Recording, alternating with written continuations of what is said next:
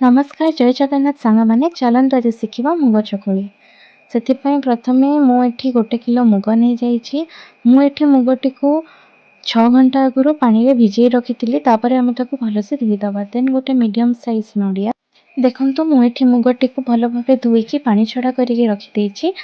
ଦେନ୍ ଏଠି ମୁଁ ନେଇଯାଇଛି ଚାଉଳଟାକୁ ମୁଁ 2-4 ଘଣ୍ଟା ଆଗରୁ ବତୁରେଇ ଦେଇଥିଲି। 1 କିଲୋ ମୁଗ ପାଇଁ ଆମକୁ ଆଟଲିଷ୍ଟ ଅଧ କିଲୋ ଚାଉଳ ଦରକାର। ଆପଣ ସେଇ ପ୍ରପୋର୍ସନରେ ନେବେ।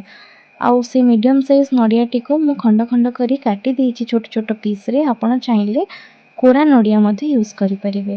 ସବୁ କିଛିକୁ ମିଶାଇକି ଆମେ ଏଠି ଗୋଟେ ଫାଇନ୍ ମିକ୍ସଚର୍ ବନେଇଦେବା। ମୁଁ ଯେହେତୁ ଚୋପା ଲଗା ମୁଗ ନେଇଛି ମୋର ମିକ୍ସଚର୍ ଟିକେ କଳା ଆସିଛି।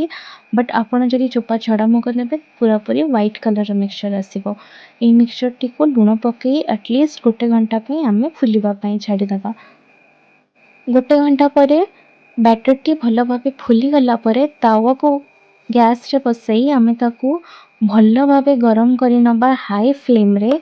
ଦେନ୍ ଆପଣଙ୍କ ପସନ୍ଦରେ ଘିଅ କିମ୍ବା ତେଲ ଟିକେ ତା ଉପରେ ସ୍ପ୍ରେଡ଼୍ କରି ବ୍ୟାଟର୍ଟାକୁ ଇଭେନଲି ଚାରିପଟକୁ ସ୍ପ୍ରେଡ଼୍ କରିଦେବା। ଧ୍ୟାନ ରଖିବେ ବ୍ୟାଟର୍ଟା ବେଶୀ ମୋଟା କିମ୍ବା ପତଳା କଲେ ପିଠା ଭଲସେ ଫୁଲିବ ନାହିଁ, ତ ତାକୁ ମିଡ଼ିୟମ୍ ରଖିବା ପାଇଁ ଚେଷ୍ଟା କରନ୍ତୁ।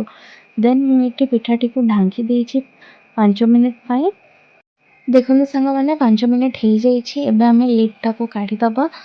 ଦେଖନ୍ତୁ ପିଠାଟି କିଭଳି ଭଲ ଭାବେ ହେଇଯାଇଛି, କଞ୍ଚା ମଧ୍ୟ ନାହିଁ। ଯଦି ଆପଣ କଞ୍ଚା ଅଛି କି ନାହିଁ ଚେକ୍ କରିବାକୁ ଚାହୁଁଛନ୍ତି ଦେନ୍ ଆପଣ ଖଡ଼ିକା ମାରି ମଧ୍ୟ ଦେଖିପାରିବେ ପିଠାରେ। ତାପରେ ଧୀରେ ଧୀରେ ପିଠାଟିକୁ କାଢ଼ିବା।